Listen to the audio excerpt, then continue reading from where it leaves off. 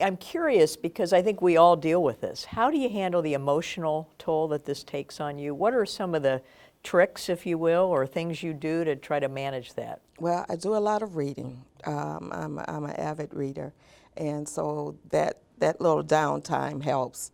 I like to walk, get out in the air, and just kind of let the cares fall on the water, and get my husband to walk. That's another good thing. The walking helps him as well. So that's something we can do together and still keep everything going. So. And then just giving back, just going down to the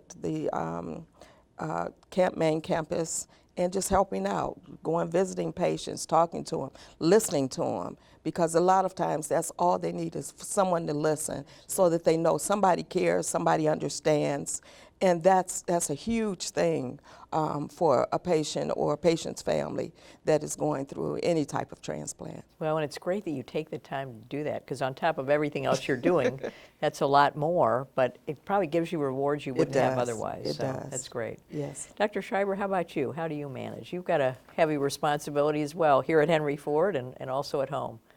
I think for me, what you were talking about before, some ways to decompress are very important. For me, it's music, actually.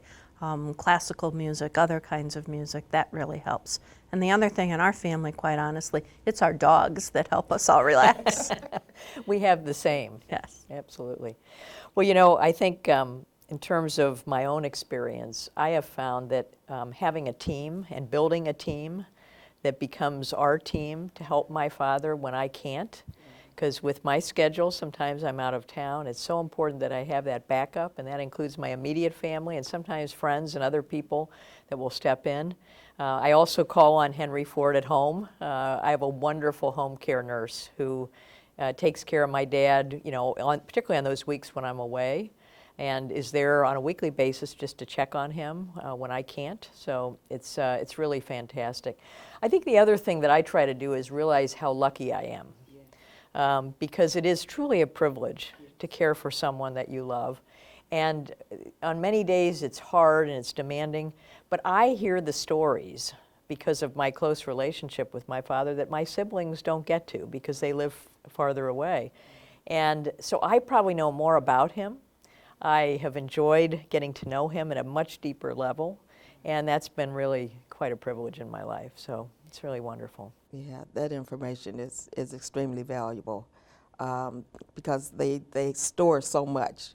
And then when you get to find out, I did that for my mom and my sisters. They all look like, how did you know that? When did you know? I said, we sat and we talked. Those were those times. And it comes in handy, and it helps them to get a better understanding.